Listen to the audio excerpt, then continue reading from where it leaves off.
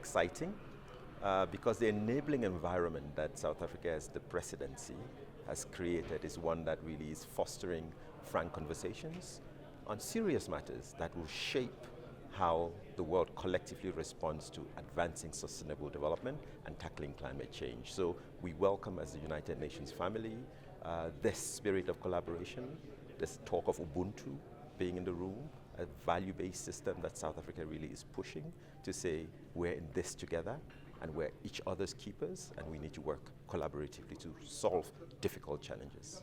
What is on the agenda is really about how people are treating each other and the planet. It's about how we educate each other, how we grow food, how we deal with climate change, how we deal with issues of healthcare, how we deal with industrialization, how we deal with minerals beneficiation. So basic things that really make a difference in the lives of people. In the South African context, a critical issue on the table is the just energy transition and who pays for that. And so these are the types of discussions that are being had. We know of the Sustainable Development Goals, which really go to the heart of how people survive, how people consume or produce. And so these are the issues where solutions, collective solutions, are being discussed and must be acted upon by this grouping of advanced economies in the world and also international organizations that attend the G20 discussions. So South Africa's theme for the presidency is really about fostering equality, sustainable development and solidarity. And the way you do that is also to look at how you create an enabling environment through financing for development, trade, commerce, beneficiation of minerals, that will really propel industrialization or jobs creation. And that, hopefully, is something that will be done quickly, that will benefit not only South Africa, the African continent, the global South, but humanity in general. We need to find solutions to these problems that are really impacting people all over the world. And job creation is one of that, economic growth is certainly, but also social protection, welfare, universal health care access. All of these are important and need to be looked at from a holistic point of view. Good morning, dear Sherpas, Sous-Sherpas, colleagues. Welcome to South Africa. Welcome to Johannesburg. I trust you all traveled safe and had a chance to rest. The run-off show for this morning is that we are going to get a proper welcome and introductory remarks by the Minister of Foreign Affairs of South Africa. I'm using the term foreign affairs. We don't use that in South Africa, but just to make it easier for all of us to understand, it's the Department of International Relations and Cooperation. The Minister will speak, and then after the Minister speaks, we're going to take a short break to take a family photo. Members of the media, ladies and gentlemen, good morning. Sanbonani. This is what you should get used to here in South Africa. On behalf of the South African government and her people, allow me to warmly welcome all of you to our beautiful country. I must say it is a privilege for all of us to host you at the economic heartbeat of our country, Johannesburg in the Gauteng province. I trust that you have had a safe and enjoyable travel and are now rested to partake meaningfully in all the activities planned for this G20 Sherpas meeting. It is quite fitting that the first G20 meeting on the African soil takes place in the facility of an international banking and wealth management group that was founded in Johannesburg, South Africa in 1974. It is also a city called the City of Gold, Johannesburg, where all the economic activities of our country started from, into the modern industrialized African economy, interlinking with the entire globe. As the president of the G20, the collaborative efforts such as this between our public and the private sectors will no doubt ensure the success of our presidency. In this spirit, let me take this opportunity to thank the executive leadership of Investec Group for graciously hosting us as their guests for the next couple of days and extending their excellent facilities for our use. All the other working groups and experts groups will have an opportunity to be hosted in all our 9 provinces of South Africa. I also hope that you will also have an opportunity to view some of our beautiful tourism sites across the country. Ladies and gentlemen and distinguished guests, South Africa assumed its G20 presidency on the 1st of December 2024, following the astute and successful leadership of our Brazilian friends. On that note, please allow me to congratulate our Brazilian colleagues once again on a job well done, Maurizio and the Brazilian ambassador. I hope you'll convey our message to President Lula. South Africa's presidency will be held under the theme Solidarity, Equality, Sustainability, a theme that seeks to harness global will and capabilities to confront the enormous challenges the world is facing. In the spirit of Ubuntu, our shared humanity, we will address these challenges through our high-level deliverables and priorities, which lie at the core of the original G20 mandate of promoting strong, sustainable, balanced, and inclusive growth by building partnerships across all sectors of society to find collective solutions. South Africa will use this G20 presidency to secure urgent progress on shared goals through several priority actions. These include strengthening disaster resilience and response, ensuring debt sustainability for low-income countries, mobilizing finance for a just energy transition, harnessing critical minerals for inclusive growth and development. As part of its efforts to bring the Sherpa and the finance tracks closer together, 3 temporary task forces, initiatives, and a commission will be established during South Africa's G20 presidency. Priority 1, inclusive economic growth, industrialization, employment, reduced inequality. Priority 2, food security. Priority 3, artificial intelligence, data governance, innovation for sustainable development. A review of the work of the G20 at 20 years, a reflection on key achievements and the way forward, will also feature as one of South Africa's deliverables through a Sherpa Track initiative. South Africa also proposes the establishment of a Coast Capital Commission during its G20 presidency. The 3 task forces, initiatives, and the commission will be established to deliver tangible results at the South Africa's G20 presidency. All of the priorities, as well as the overall theme, will influence working groups' priorities and work plans. The South African government also recognizes the significant strides made by the Brazilian G20 presidency in enhancing the G20 as a site of democratic global engagement. The South African presidency will continue this trajectory. A comprehensive dialogue with civil society and other state and non-state institutions will be conducted through the existing engagement groups. Following the approach of the Brazilian presidency, a G20 social forum will be convened, which will precede the Leaders Summit in November 2025, to bring together representatives of the existing engagement groups and other segments of civil society that may offer meaningful contribution to the G20. Ladies and gentlemen and distinguished guests, as we build on the past, set the tone for the future, we must accentuate the need to adhere to universal values, shared norms, and strong multilateral institutions.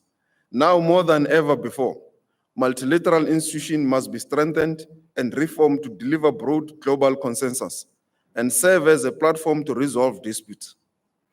The multilateral institutions with economic developmental mandates must be strengthened, as the need for their intervention is very much bigger now. We all know that many countries, especially the developing world, are still recovering from the economic shocks of COVID-19. Poverty and weak economic growth remain a challenge for many countries, especially in Africa and the developing world. Thus, the themes of our temporary task forces focus on these matters. We will also use this G20 platform to shine the spotlight on achieving the objectives of Agenda 2063 of the African Union. The African continent should receive developmental funds that must enable it to develop at par and also reach an equilibrium with some of the developed countries of the world. It will also receive support in terms of climate change mitigating finance that must enable us to respond to the mitigating challenges of climate change. As you are here in Johannesburg, you are coinciding with one of the hottest weeks in our country, which has also been as a result of global warming. International cooperation and multilateralism are currently confronted with divisive geopolitical, unprecedented challenges, such as climate change, slow economic growth, and deepening poverty. The G20 must make strides in forging a practical, mutual beneficial cooperation that champions an international order that is fairer, just, inclusive, and representative. We all know trade played a significant role in improving living standards in the recent past. Studies from the International Monetary Fund show that trade contributed to global growth over the past decades, and this has helped promote economic development, increase economic opportunities, and lift millions out of poverty. It is for these reasons that South Africa supports the international cooperation and multilateralism. We also know of the benefits this will bring us as we seek to grow our economy and support the development of the African continent. As the premier forum for international economic cooperation, South Africa seeks to amplify the continued value of the G20 as a forum of the world's largest developing and developed economies, a forum that provides leadership and momentum towards the greater global economic growth and sustainable development. A forum whose work serves to complement and foster the broader processes of the various multilateral spheres. We must remain committed to multilateralism and upholding international law and ensure that UN remains the centerpiece of this multilateralism. Its central role in the international system ensures that sovereign states cooperate to maintain international peace and security, advance sustainable development, and ensure the promotion and protection of democracy, human rights, and fundamental freedoms for all. Whereas the G20 leaders set the agenda for our partnerships, we rely on the immense efforts of our Sherpas to translate these commitments into practical cooperation. I'm confident that the next coming days will do just that. The first Sherpa meeting of the G20 is important traditionally, as it sets the stage for the upcoming presidency and the critical conversation on some of the most vital issues of our time. Ladies and gentlemen, distinguished guests, thank you all for your determination and continued efforts as the engine force of this forum. I would also like to thank the G20 Secretariat for their tireless efforts in organizing this meeting. I sincerely hope that you'll all enjoy today and the next days of your stay in our country, and all your other counterparts from your countries will also enjoy their stays in the various parts of our country, of our provinces, as they attend the working groups meetings and the experts meetings. And they will also enjoy our hospitality, our music, our culture. They will also see some of our beautiful sites here in Gauteng, Soweto, the cradle of humankind, and many other places here in Gauteng, Table Mountain in the Western Cape, Durban in KwaZulu-Natal, the Kruger National Park, and the Northwest. May you please enjoy this day, do your work, and may the world be a different place, all the engagements. Thank you very much, DG.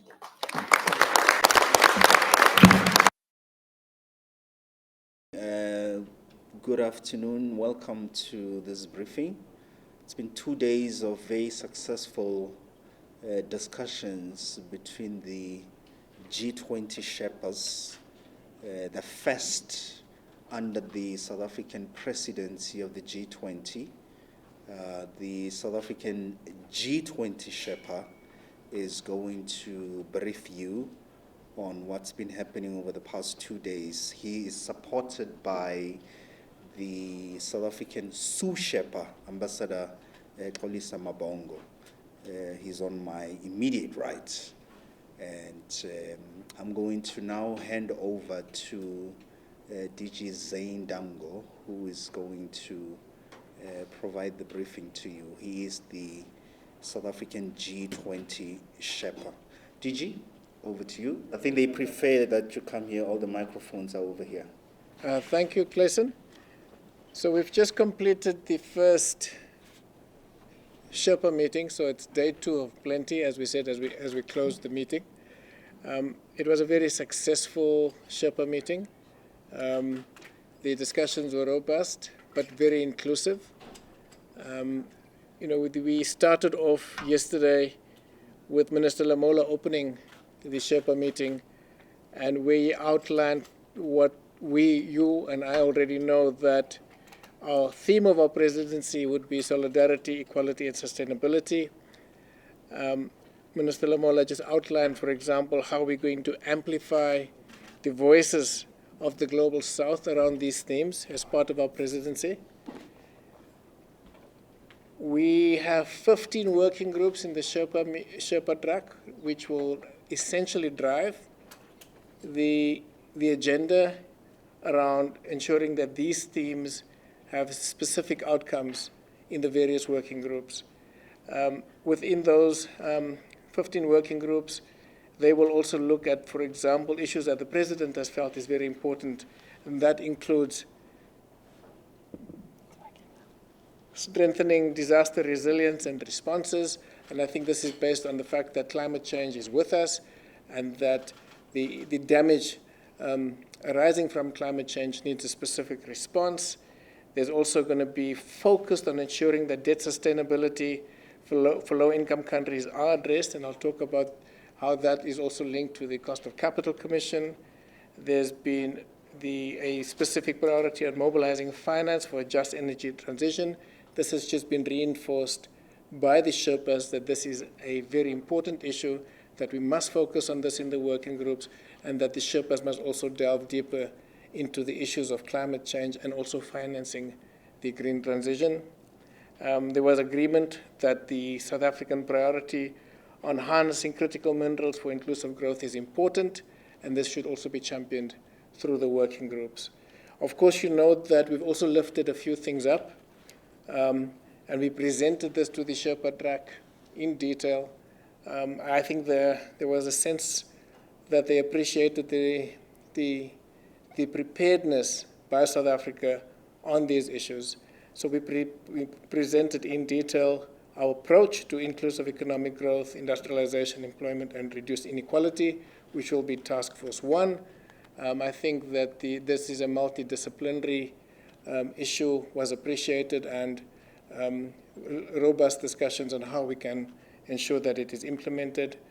We also presented and discussed our task force on food security, and again, strong support for this task force by the Sherpas, with very good recommendations emerging in the last couple of hours on how we can ensure that we focus on food security at a regional and global level, and thereby complementing what Brazil has already started.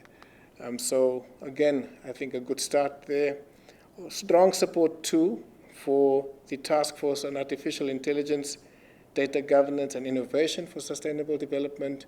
Lots of inputs from the Sherpas on how we can ensure that artificial intelligence, data governance, and also how we ensure that we're developing countries at the sources of data, and the accumulation of data through AI processes is done by the North, is more balanced.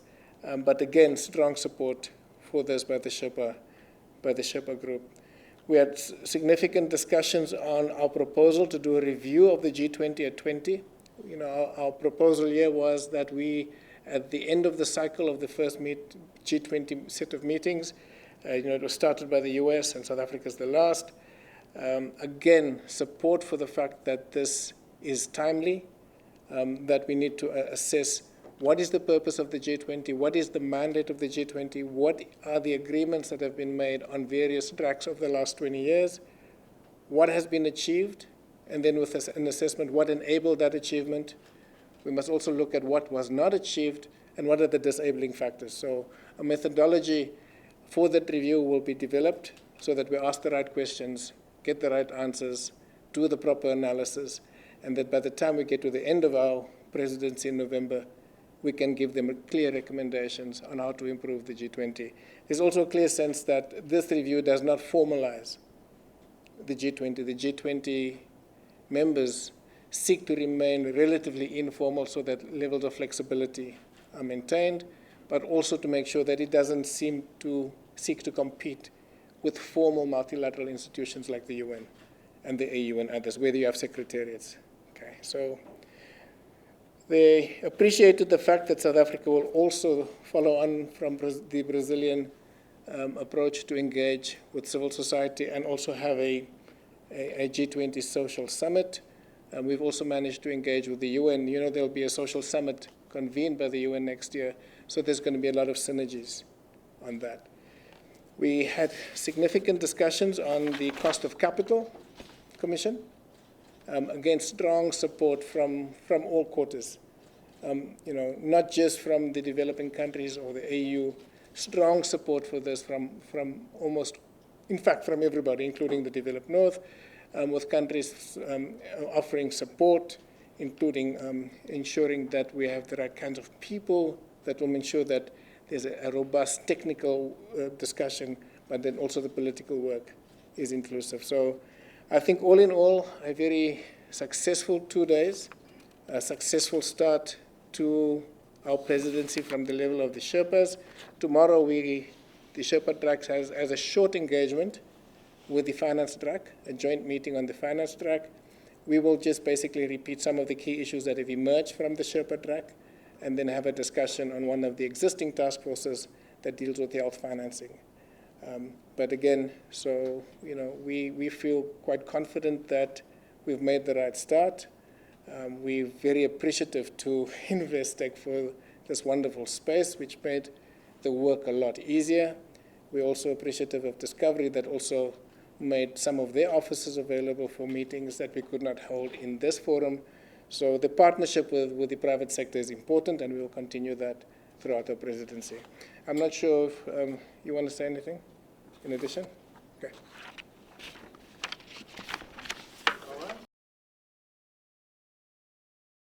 So just again, to welcome all of you to South Africa's first joint Sherpa and Finance Track meeting under our presidency. As I've indicated, we've had the Sherpa meeting for the last 2 days, and it was a really good meeting. It was inclusive, it was participative, and it was done in good spirits. This joint meeting is therefore significant as it brings together the work that we've commenced as the Sherpa Track together with the Finance Track, and I know you're starting your meeting today. This particular meeting will provide an opportunity for the two tracks to contribute to the formulation of ideas so that we all make a meaningful contribution to the presidency's priorities. We convene here after I've indicated, you know, we've had a really productive session where all the priorities, including the task forces, were thoroughly debated and discussed, and we had complete support from the Sherpas on the priorities of the presidency. I'm going to go into that now. So essentially, we all know that the key priorities that we have is we're going to have 15 working groups that's going to, in the Sherpa Track, and I think there's about 8 in the Finance Track. That's going to be driving the agenda. Within those priorities, we're going to look at, and this will be done in the working groups, both at Finance Track and the Sherpa Track. We hope that we will have a focus, because our president feels is incredibly important, on strengthening disaster resilience, ensuring debt sustainability for low-income countries. So the debt issue is going to be critically important. Mobilizing finance for a just energy transition. And again, on these issues, lots of debates and discussions and significant support. Harnessing critical minerals for inclusive growth and development. These are not standalone issues. These are issues that will be dealt with by the working groups. We felt that they were important enough to highlight them so that the working groups are very clear that when they discuss and deliberate, that these issues must be given specific attention. So we're hoping that in the Finance Track, you will also have a focus on these priorities. Then we've got 3 task forces. And we had significant discussions on these task forces.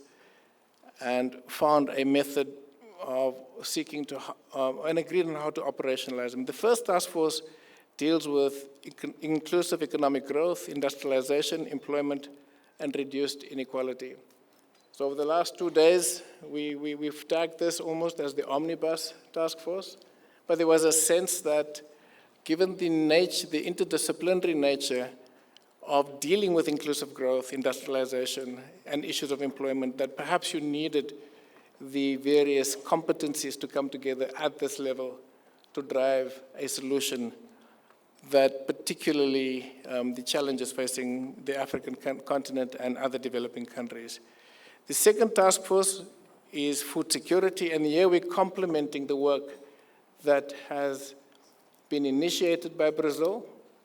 And we need to thank again, as we did over the last 2 days, Brazil for the sterling work on food security, but also bringing in the issues of inequality and poverty linked to issues of access to food. So we are complementing the work that Brazil has been doing, but we will be focusing on regional and global initiatives. And we had the discussions in depth over the last 2 days. We're not going to do them again here today. The third task force is on artificial intelligence, data governance, and innovation for sustainable development. Again, lots of support for this task force. Lots of excellent recommendations have emerged from the Sherpas on how we can enhance our work in this space. At a later date, we'll circulate a minute of these discussions even to the finance track deputies so they have a sense of what the discussions were. Okay. We have also introduced an initiative on the review of the work of the G20 after its first full cycle. So the review of the G20 at 20 is what it's tagged as. Again, we had significant discussions on this. Sherpas felt that it was timely that this takes place, but we also looked at the methodology for doing this that's inclusive, that allows the G20 to become nimble, agile, without formalizing the G20. So we're not going to have the discussion on that in this session. We had a significant discussion, really good contributions from the Sherpas on how we can operationalize this review, and we'll share the minutes of that with the finance deputies. Okay. So colleagues, as you may know, that for the last 3 years, geopolitics has been a very difficult issue within the G20. And on geopolitics, our proposal is that we follow the same approach as the Brazilian presidency followed. So in a nutshell, this would be that the Sherpas, the foreign ministers, and the leaders deal with the geopolitical issues. The Sherpas will have to carry the burden of shaping language that the foreign ministers will sharpen so that by the time the leaders meet, they have a text that will allow them to ensure that we have a declaration that is fully agreed to by all. And that has worked within the Brazilian presidency, although we still had a significant long debates and negotiations in the last week. We're hoping to work early on some of these, on the language, on the geopolitics. I think it's important that we do that because we don't want, even in the finance track, the geopolitical issues to hold back agreements and discussions. What we're saying is we can't stop the debates and negotiations from taking place, but there should be a clear understanding that you can have a ministerial statement that says on the geopolitics we could not agree, or we could agree, hopefully it's agreement, but that is not holding you back from having an agreement on the substantive issues that brought together either the ministerial working groups or the working groups in the finance track. So I think it was important for us to just highlight those issues. I'm going to, given that it's a joint session, but it's also the start of the finance track's work over the next couple of days. So I'm going to hand over now to the co-chair of the meeting and my counterpart in the finance track, who's also the Director General of South Africa's National Treasury. So Duncan Petersen, it's over to you to guide us through what the finance track is going to be doing. Thank you, Zane. Good morning, everyone. As Zane has indicated, My name is Duncan Petersen. I am the Director General of the Treasury here in South Africa and the Finance Deputy. Let me start by welcoming all of you to our beautiful country.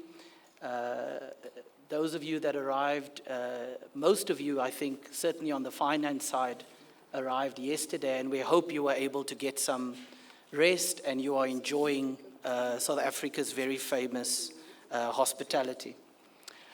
As you know, our South African presidency will mark the 4th consecutive emerging market presidency, and it is also the first African presidency since the G20 was elevated to the leaders or heads of state level in 2008. And it follows the very important admission of the AU, the African Union, as the 2nd permanent African member of the G20. And from my point of view, I wanted to just share with you a few of the areas that we are going to focus on in the finance track, which of course, in our track, we will have plenty of time to discuss over the next 2 days. Starting very importantly with Africa. Our G20 finance track presidency will have a very strong focus on challenges facing emerging markets and developing countries, especially those on the African continent. We will also focus our attention and policies and mechanisms that support sustainable development. Many developing countries, including those in Africa, experience growth that is insufficient to reduce poverty, as well as tight financing conditions and high levels of public debt that crowd out resources for development spending. Speaking of debt, and Zane mentioned this as well, during our presidency there will be a very strong focus on enhancing debt sustainability through a comprehensive approach, which will include closer G20 attention on finding ways to improve debt restructuring, supporting countries with liquidity challenges, and also encouraging the development of local currency markets to attract domestic savings and improve debt transparency. We will also continue to obtain borrower country perspectives on debt, including through an African outreach event with broad participation of the borrower countries. Turning now to global growth. As we all know, the global economy has been put to the test over the last 4 years, marked by an unprecedented pandemic, escalation in geopolitical conflicts, and extreme weather events that have disrupted supply chains. The latest assessment by the IMF that global growth is expected to remain stable, yet underwhelming, remains a concern. And I'm sure we can all agree that higher growth is essential to improve prosperity and living standards, to reduce debt, create policy space to tackle our spending pressures. So as we move into 2025, strengthening macroeconomic fundamentals, accelerating climate transitions, and boosting productivity growth will remain at the core of the G20 agenda, as you would have seen through the issues notes that we released for the finance track. Finally, turning to development, financing and climate change. Financing gaps for sustainable development are large and growing. The estimates by our international organizations indicate that around $4 trillion in additional investment is needed annually for developing countries. To achieve the SDGs by the 2030 deadline, an urgent, large-scale and sustainable investment push is needed. The discussions under South Africa's G20 presidency will take place alongside 2 very important events. First, the 5th Finance in Common Summit, FIX, that will take place in Cape Town in February next year, as well as the 4th International Conference on Financing for Development that will take place in Spain in June. And we see both of these events as very important opportunities to strengthen the development finance ecosystem and scale up and redirect financing to meet our global sustainable development challenges and bring impactful changes in relation to our climate and biodiversity needs. As we prepare to update our nationally determined contributions to be submitted in 2025, it is clear that our very ambitious climate action goals cannot be achieved without unlocking a similarly ambitious set of climate finance instruments. In conclusion, the G20 must continue to play a leading role in addressing these critical issues of our age so that we can achieve both global sustainable development, but also development that is inclusive, equitable, and leaves no one behind. We are very much looking forward to be with all of you over the next 2 days. And of course, the finance track will kick off later today, and we are looking forward to very constructive and fruitful discussions. Thank you.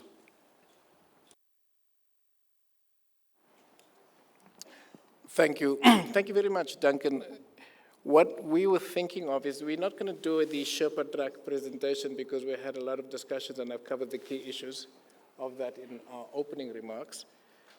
And in order to save time, it might be useful for you to present at this stage, unless you think you've done enough on this, the finance track presentation, because I think it will be actually good at some point to, once the media leaves, to do that, so that we can get a sense from the colleagues, both the finance and the Sherpa Tracks, to react on both the discussions over the last 2 days and also what you've just presented. But I think... Please take your seats. Once again, I would like to welcome the finance deputies to the start of our finance track meetings today. Apologies for rushing your lunch. We do have some time to make up today, but I look forward to a very fruitful and constructive set of discussions this afternoon. As I indicated this morning, my name is Duncan Peterser. I'm the Director General of the National Treasury here in South Africa and the Finance Deputy, and I would like to welcome all of you to the first Finance and Central Bank Deputies meeting here at Investec in Sandton in Johannesburg. I'm co-chairing this meeting with my colleague Rashad, the Deputy Governor of the South African Reserve Bank. I'm also pleased to inform you that the Minister of Finance, Minister Enoch Godongwana, will deliver opening remarks for our inaugural meeting this afternoon. Minister, the floor is yours.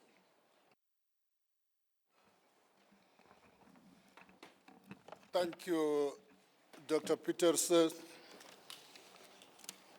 Deputy Governor,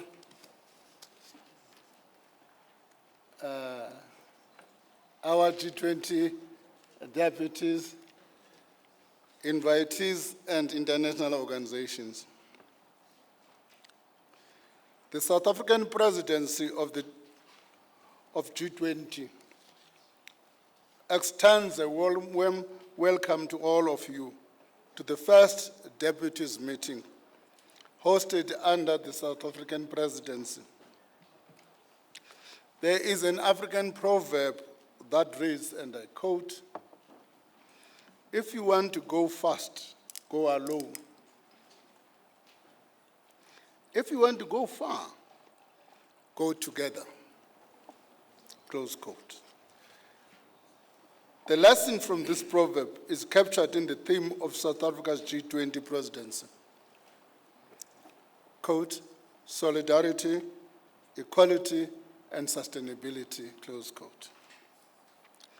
Through our presidency, we will seek to strengthen and advance our common pursuit of sustainable development goals and the Pact for the Future.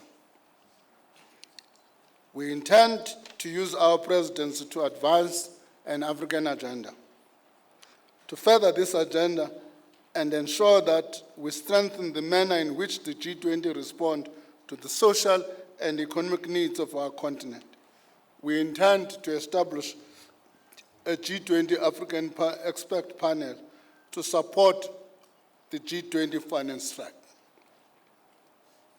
The G20 African expert panel will be composed of leading African economic development and finance experts from the public sector, think tanks, academia, and international financial institutions.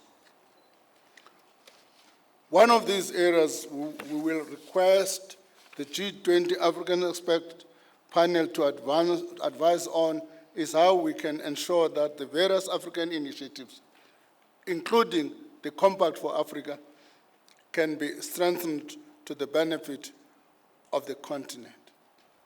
Let me just pause a bit here. We've had a discussion with our colleagues in the Sherpa Track.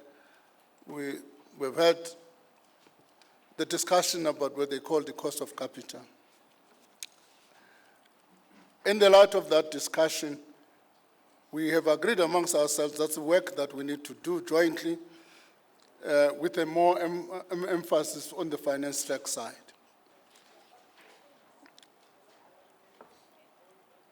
Part of this work will find a way of integrating that work into this panel.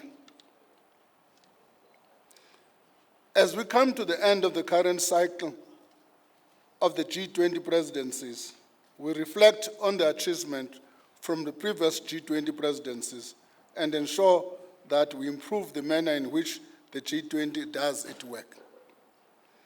It is within this spirit that South Africa has also proposed a stocktake of the G20 finance track to ensure that the G20 remains agile, responsive, and fit for purpose. G20 leaders stated at the Rio Summit last month that they will accelerate the reform of the international financial architecture so that it can meet the urgent challenges of sustainable development, climate change, and efforts to eradicate poverty. The G20 roadmap towards better, bigger, and more efficient MDBs was a milestone achievement under the Brazilian presidency. Now we focus to implementation and monitoring of that program. The discussions under South Africa's G20 presidency will take place alongside the 5th Finance in Common Summit, which is called FIX, that will take place at the Cape Town International Convention Center in South Africa from the 26th to 28th, as well as the 4th International Conference on Finance for Development in Spain in June 2025. Both these events provide a critical opportunity for countries to commit to closing the development financing gap and invest in the SDGs. We will also keep our focus on enhancing debt sustainability, including through improving the implementation of the common framework. We are aware that there are countries whose debt is sustainable, but which are facing acute liquidity challenges, which, if not addressed, could result in solvency challenges. These challenges necessitate a comprehensive approach towards debt sustainability, which means there's no one-size-fits-all approach. It also forces us to acknowledge that the debt sustainability cannot be solved through the common framework alone, but must be solved through a focus on putting in place the measures for countries to make their right investment and undertake appropriate reforms to support sustainable and inclusive economic growth. In our efforts to scale up finance, we cannot omit the important role of private sector finance. Indeed, G20 engagement with the private sector remains critical if we are to achieve many of the goals we've set for ourselves. South Africa's G20 presidency will continue to work with business and other stakeholders in order to unlock global economic full potential. Let me conclude by stating The global challenges ahead are formidable, but the G20 has the will, capacity, and determination to address them. In 2025, let us execute our work program with urgency, ambition, and confidence. Let us work together to ensure strong, sustainable, balanced, and inclusive growth. And through the G20 presidency for 2025, and propelled by your support, let us go even further as the G20 by going together. I'm sure you will have productive sessions. I'm looking forward to seeing some of you again in February for the first G20 finance ministers and central banks meeting in Cape Town. I thank you. Today is the joint session of the Sherpa Track and the Finance Track. And it's a relatively short session, but an important one because it also indicates that as the presidency, we are going to try and work closely together while respecting the work processes and the priorities of each of the different tracks. I just want to go through, before doing formal opening remarks and giving a sense of what South Africa's presidency is going to be dealing with. To colleagues in the Sherpa Track, you'll have heard some of this, and we've debated and discussed it for 2 days, but it's just to ensure that we also bring into this discussion the deputies. Just on the agenda today, we were going to get the SG to speak. The SG is going to come, the UN SG, I was told by Duncan, there's many SGs in our country, I must make very clear which one. The UN Secretary General was going to come and give us an address. He may be delayed. We will keep you updated as to what the progress is. We may have to, I think the latest he will be here to give his address is at 1 p.m. So if you have made plans to leave closer to then, you may want to change that if you want to be part of that, that briefing. Hopefully he can still make it earlier, but I just wanted to give you line of sight that there is a change in the scheduled briefing to us from the UN Secretary General. So just from housekeeping, that's the only thing that I wanted to bring to your attention. Good afternoon, colleagues, and thank you for waiting for us. As the Sherpa for the South African G20, and accompanied by the Deputy for the Finance Track, but we've also been accompanied by the Minister of Finance for South Africa, Your Excellency Antonio Guterres, the Secretary General of the United Nations. It is our privilege as Team South Africa to welcome you to South Africa to the first Sherpas meeting and the joint meeting between the Sherpas and the deputies of the Finance Track. We've had a fruitful 2 days as the Sherpas, and today the Finance Track has commenced their work, and this morning we've just completed the joint meeting. I'm not going to go into the details of that because we know that you are pressed for time, but it is our honor to welcome you to be part of the South African G20 process, and it is a real privilege to have you in our midst and for you to give us some remarks before we know you have to rush off to Pretoria. SG, over to you. Thank you very much. I would say that you have today a unique chance, which is to see the dirtiest, unshaved, improperly dressed Secretary General that you will be able to see in the future. But as a matter of fact, the flight from London was 2 hours late, and I decided to come out of the plane and get into a car and come because you were so generous waiting for me. So I prefer to be as I am than to make you wait for coming here properly dressed and prepared. Excellencies, colleagues, and dear friends, I want to thank you for this opportunity to engage with you as you begin your discussions on priorities for next year's G20 summit under the presidency of South Africa.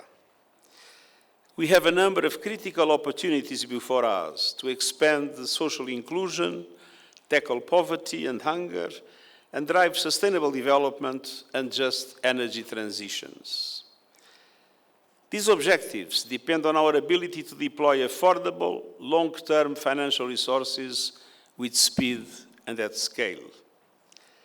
That is why this joint meeting of finance and Sherpa Tracks has special importance in ensuring that financial decisions support political aspirations.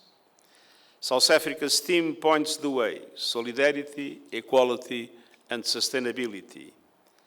Reaching all three goals requires justice. Justice for the developing world, and justice in particular for Africa and the Africans. So many of the global challenges we face are deeply rooted in the injustice that the African continent historically suffered. Being from Portugal, the last colonial country in Africa, I know exactly what I'm talking about. And indeed, the challenges are here in front of us. From poverty, hunger, and inequalities, to deepening conflicts and the climate crisis. And at the same time, we recognize that the global governance institutions that reflect the world of 1945 do not adequately serve or represent developing countries, in particular African countries. Our inability to tackle these challenges and more is eroding people's faith in governments and institutions. And so the message is clear: our institutions need an update. In November, leaders committed in the Summit of the Future to reforming the tools of global governance, from global financial institutions to the United Nations itself, in particular the UN Security Council, which lacks legitimacy and effectiveness. This agenda of reform was clearly reflected in the Pact for the Future, which was adopted at the UN Summit of the Future. And you are critical to bringing that pact to life and helping to lead this process of reform and renewal. How can we do that? First, the G20 must lead on delivering financial justice. As you know well, financing is fundamental, from inclusive economic growth to supporting industrialization and food security or addressing inequalities. The Pact for the Future includes commitments that provide a roadmap to reform global financial institutions. These institutions must represent today's economy, not the world of decades past. And developing countries must be represented fairly in their governance. These institutions must also protect economies, particularly vulnerable ones, from global shocks. It is time to mend and strengthen the global safety net that during the COVID we detected that it was no longer entirely fit for purpose. And we need to mobilize finance at scale to close the Sustainable Development Goals financing gap. This means substantially increasing the capital and lending capacity of multilateral development banks, making them bigger and bolder. And allow me a personal note. We are all aware that we have not enough money to address all the challenges that we face. Development challenges, climate challenges, and many other dramatic problems that our world is full of. And when we have not enough money, the capacity to multiply the money that exists becomes vital. And that is where I truly believe that an enhanced role of multilateral development banks is absolutely crucial. If one of your countries puts $1 in a project of support in some place in the world, $1 is $1. If the same country puts $1 in the capital of a multilateral development bank, that dollar is 5, 7, depending now on how the bank has access to financial markets. And indeed, I'm a true believer that we need to make a strong bet in making bigger and bolder our multilateral development banks, and that the capitalization of the banks is one of the key instruments. And if I remember well my times as Prime Minister, when you put some capital in an international financial institution, you do not need to put it in the deficit of your budget. So there is another advantage for using this kind of mechanisms to multiply the resources that we have and we recognize are not enough for all the challenges that we face. At the same time, it's very important to boost concessional funding, but to take into account that not only GDP must be the metrics. It's very important to look especially also at vulnerability. And we have just approved in the General Assembly a comprehensive vulnerability index. At the same time, we need action to make the debt resolution architecture work in a more timely and effective manner. We need meaningful solutions to address the debt crisis so countries can invest in meeting the basic needs of their people and drive long-term development. The Pact for the Future includes a proposal for the IMF to lead a review of ways to strengthen and improve the sovereign debt architecture in collaboration with key partners. I recognize all the efforts the G20 has made in relation to the so-called framework, but let's be clear, we are far from having an instrument able to address the debt problem that exists at global level. A number of examples are positive, but the examples do not represent the total reality that we face. Last week, I appointed a group of leading experts to galvanize international support for action on debt, and I'm delighted that Trevor Manuel will be part of this important work. It's also time to build a more inclusive and equitable international tax system, and we'll be working hard, and different other institutions are working hard in order to make sure that we really make progress in relation to a more equitable international tax system. And July's conference on financing for development in Spain is a critical opportunity to make progress in all these key areas. And I urge finance ministers and central banks to fully engage in the preparations for this conference, so leaders can arrive prepared to advance high-impact solutions on financing for development.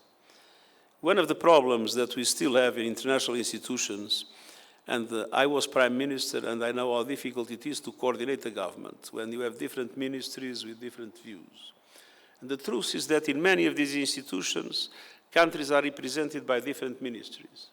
And so the capacity to have ministers of finance fully engage in the preparation of these international conferences to make sure that what makes things move is part of the agenda is absolutely essential. Second, we need the G20 to lead on delivering climate justice. Many vulnerable countries are being forced to respond to a crisis they did nothing to create.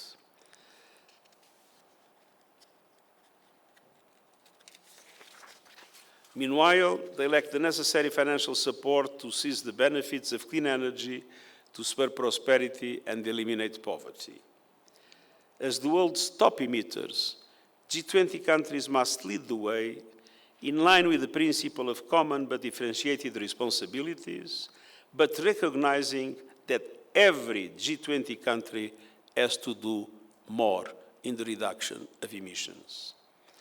By next year, every government must deliver new economy-wide national climate plans and align with limiting global temperature rise to 1.5 degrees. These new plans must cover all emissions and the whole economy, accelerate a just fossil fuel phase-out, and contribute to the energy transition goals agreed at COP28. At the same time, we need developed countries supporting developing ones with adequate, affordable and accessible finance and technology, through meaningful contributions to the New Loss and Damage Fund, by doubling adaptation finance by next year as promised, and by forging new partnerships, like the Just Energy Transition Partnership that South Africa has pioneered, to pave the way to a renewable future for all countries, swiftly and fairly.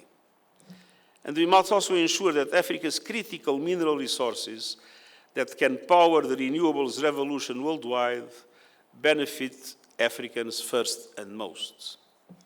We cannot repeat the mistakes of the past. The UN panel on critical energy transition minerals, co-chaired by South Africa and Sweden, identified a set of principles and recommendations, and the European Union, identified a set of principles and recommendations to empower communities, create accountability, and ensure that clean energy drives equitable and resilient growth with maximum added value in producing countries. And third, we need the G20 to lead on technological justice. From digital technology to artificial intelligence, the developing world needs to access and benefit from the technological revolution. At September Summit of the Future, world leaders endorsed the Global Digital Compact to spur progress across all these areas. The Compact includes the first universal agreement on the international governance of artificial intelligence, ensuring that every country has a seat at the AI table. It calls for an independent international scientific panel on AI and initiating a global dialogue on its governance within the United Nations.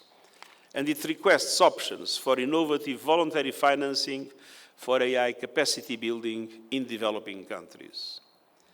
We need the G20 supporting developing countries as they invest in the digital-driven systems and solutions that their people need to boost prosperity, to create jobs, and to drive sustainable development.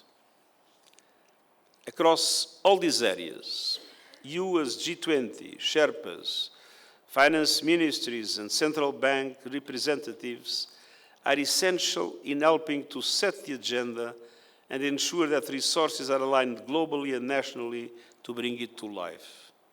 I look forward to working with the G20 presidency of South Africa to help transform the words and commitments of the Pact into results for all countries, and I thank you for your patience.